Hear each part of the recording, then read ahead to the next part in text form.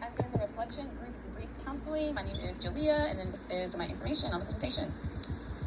So with group counseling, you choose a group format. So when establishing a bereavement group, it's essential to decide on the group's purpose, such as providing emotional support, education, or social interaction. Structurally, groups can be closed-ended with set timeframes or open-ended, allowing members to join and leave as needed. The logistics should include meeting frequency, duration, group size, location.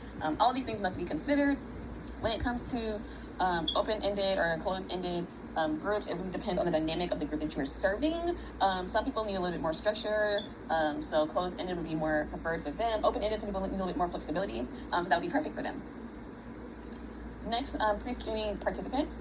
So it's essential to have an effective bereavement group to do this. Groups are very much so similar, who have similar experience types of loss, tend to be more effective. Although including at least 2 people with similar experiences can help in more diverse groups.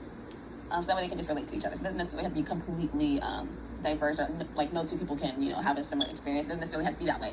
It is important to select participants whose loss is not too recent, ideally at least 6 weeks, to ensure that they're ready for group support. Additionally, individuals with serious emotional and pathological issues may benefit from more individual counseling, which we'll talk more about later. Specific groups for complex loss like suicide or multiple losses can be also beneficial. Establish rules and expectations. Group counseling for group counseling. So ground rules established by the group leader at the start of the bereavement support group provide essential structure and safety for the members. These rules ensure equitable sharing of experiences and maintain confidentiality, allowing members to feel supported and secure. Examples of some effective ground rules can include consistent attendance, respecting confidentiality, allowing everyone equal time to share, and refraining from unsolicited advice. By setting and reinforcing these ground rules, the group leader can create a respectful and supportive environment where all members' experiences are valued. So determining leadership approach in group counseling. When determining the leadership approach for bereavement groups, effective leadership is crucial and varies depending on group purpose. Leadership formats include bereaved individuals, mental health professionals, or lay people with professional backup. For emotional support groups, leaders should be active initially to facilitate bonding and then gradually become less active as the group's cohesion develops. Co-leadership can also be very beneficial, especially in larger groups, but requires clear communication and regular debriefing sessions to prevent tension. Leaders should also avoid favoritism to maintain group dynamic and fairness. So understanding interpersonal dynamics, which is going to help, maintain group fairness. When people join a group, whether it's for bereavement, politics, or therapy, they have 3 primary needs: inclusion, control, and affection. They want to know if they fit in, if they belong with the group. They also seek a sense of control, questioning their importance and influence within the group. Lastly, they desire affection, wondering if they are cared for and if their well-being matters to the group. Addressing these needs can help mitigate problem behaviors and foster a supportive group environment. So I know there was a few examples in the book of some problems that you might experience, such as a disruptive group member. It also talks about how to handle it, just make sure no one's speaking out of turn, make sure that everyone's heard, also creating that fairness in the environment. All those things will help mitigate any group problems. So now we're going to talk about individual counseling. So to help survivors actualize the loss, it's essential to encourage them to talk about the circumstances surrounding the death, which helps in gradually accepting the reality. So visiting the gravesite or a place where the remains reside can further reinforce this acceptance. Counselors play a crucial role by being patient listeners and encouraging the expression of memories, thus aiding survivors in coming to terms with their loss. This process, although gradual, is fundamental in moving forward towards the emotional aspects of grief work. So I would probably say this is one of the major differences between group and individual counseling, where the counselor is obviously going to be more one-on-one, and they're going to do a lot more encouraging and pouring a lot more into the individual.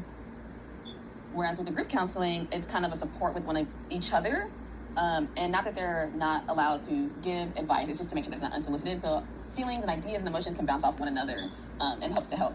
So going back to individual counseling, so you're helping the survivor to identify and experience feelings. So emphasizes the importance of acknowledging and processing these complex emotions that arise during grief. Survivors often encounter intense and dysphoric feelings like anger, guilt, anxiety, loneliness. These things can be overwhelming and unrecognizable. Many seek immediate relief from their pain, hoping for a quick fix, but effective resolution involves embracing and working through those difficult emotions. So as a counselor, it's the role to support them in identifying and experiencing their feelings fully, since this is crucial for the healing process. So you're also, with the one-on-one counseling, going to assist living without the deceased. So this focuses on helping the survivor adapt to life in the absence of their loved one by fostering independence and effective problem solving. Counselors use problem solving techniques to address the practical and emotional challenges the survivor faces, such as taking on the roles that the deceased previously filled. I think this also is where the difference comes in with individual counseling, because it's not necessarily a broad advice on how to deal with certain things. It's going to be more individual. So what did my client, their deceased loved one, what did they have in their role that now that my client is responsible for? How can I help them move through that? What kind of game plans can we come up with as well? We're also going to help find meaning in the loss. So this aims to assist the client in discovering significance in the death of a loved one, which can be crucial for the grieving process. While the specific reasons people find meaning can vary, obviously, the process of reassigning meaning to a changed world is often more important than the content itself. For those who experience traumatic losses, finding meaning can be particularly challenging. But grappling with the question of why loss happened and how it's impacted their sense of self can be integral to finding meaning. We also want to remember the deceased. For personal keepsakes, of course, such as letters, mementos, these often help individuals maintain a connection with their loved one. Despite some of these practices, some bereaved individuals fear forgetting their loved ones, which can be addressed through discussions about meaningful objects, rituals, and shared values. This is where the counselor can assist with integrating these memories into the survivor's life, helping them understand that new relationships or change does not dishonor the memory of their deceased, but can coexist. It's important to approach new relationships thoughtfully, as hasty attempts to replace lost loved ones may prevent full resolution of grief and appreciation for the new partner. So grieving is gradual. It requires time as individuals adjust to the world without their loved one. Is often not immediately understood by family members who might push for a return to normalcy. So, for instance, children may pressure a grieving parent to move on, not realizing that adjusting to loss takes time, especially if you're now taking on the role of what that other parent was doing that you maybe were not doing often or not familiar with.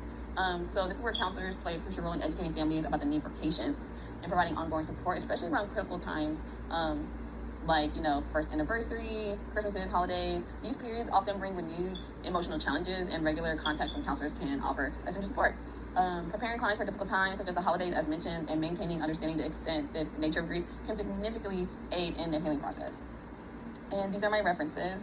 I like to wrap it up by saying that with the individual counseling, it's going to be more tailored to that individual and what they lost in their particular individual.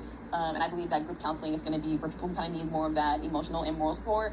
As mentioned, most of the time, especially it was mentioned in the book that the people in the group counseling are not necessarily looking for advice, so unsolicited advice should be avoided. They just want to feel like they belong.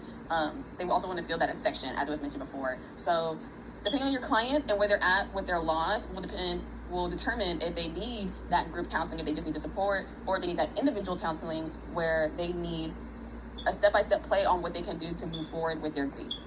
Thank you.